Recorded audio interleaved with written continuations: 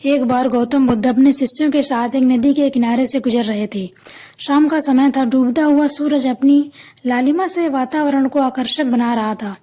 बुद्ध ने देखा कुछ बच्चे नदी के किनारे गीली मिट्टी से घर बना रहे थे। वे बच्चे इतने प्रसन्न थे कि जैसे उन्हें सब कुछ मिल गया हो। अब उन्हें किसी भी चीज की जरूरत नहीं है।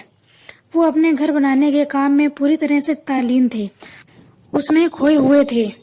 यह देखकर बुद्ध और उनके शिष्य वहीं खड़े होकर बच्चों के खेल को देखने लग गए। तभी थोड़ी देर के बाद एक बच्चे का पैर दूसरे बच्चे के बनाए गए घर से टकरा गया और उसके मिट्टी के घर का आकार बिगड़ गया। इस पर वो दूसरा बच्चा चिल्लाया, तुमने ये क्या कर दिया? तुम्हें पता है मैंने इसे कितनी मेहनत से बनाया था। आज के बाद तुम मेरे मित्र नहीं हो, तुम्हारी और मेरी मित्रता खत्म। इसके बाद वह दूसरा बच्चा अपना घर बनाने लगता है। थोड़ी देर बाद उन बच्चों की माताएं आती हैं जो कि नदी के किनारे कपड़े धो रही थीं और कहती हैं, चलो बच्चों, अब शाम हो गई है, इसलिए अब घर चलो। इतना सुनते ही वह सारे बच्चे अपने बनाए हुए मिट्टी के घरों को कूद कूद कर तोड़ने लगे और सारे खुशी से चिल्ला रहे थे और मिट्टी के घरों पर कूद रहे थे। थोड़ी देर पहले वो बच्चे मेरा घर तेरा घर कर रहे थे। उनमें से किसी को कोई सुध नहीं थी कि कौन किसका घर तोड़ रहा है। थोड़ी देर तक उछल कूद करने के बाद वे बच्चे एक दूसरे से कंधे पर हाथ रख के मस्ती मजाक करते हुए वहां से चले गए।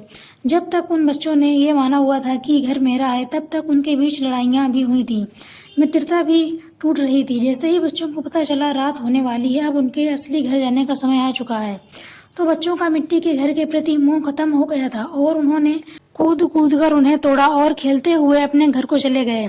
इस घटना को बुद्ध और उनके शिष्य ध्यान से देख रहे थे, लेकिन जाते हुए बच्चों को देखकर बुद्ध मुस्कुराने लगे। तो शिष्यों ने बुद्ध से मुस्कुराने का कारण पूछा, तो बुद्ध ने कहा, ठीक ऐसा ही हमारे जीवन के साथ होता है।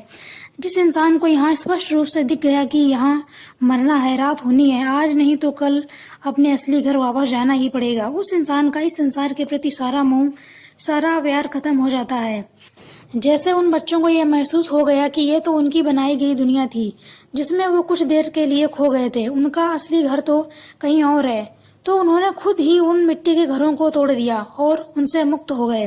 बुद्ध ने आगे कहा, लोग मुझसे पूछते हैं कि मुझे संसार से मुक्ति कैसे मिलेगी, जबकि तुम्हें मुक्त होने की जरूरत नहीं है, तुम पहले से ही मुक्त हो। ये तो बस तुमने मान लिया है कि तुम दुनिया से जुड़े बैठे हो। यह तो एक बस सपना है जिसे तुम सच मानकर जिए चले जा रहे हो, लेकिन ये सपना भी एक दिन टूट जाएगा, क्योंकि सपने अंततः टूट ही जाते हैं।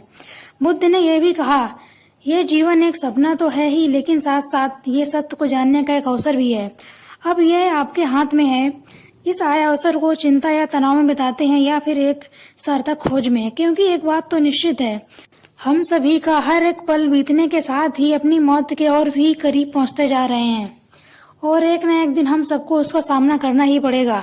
आपके मन के शांत होने का सिर्फ एक ही कारण है, सत्य को ना देखना।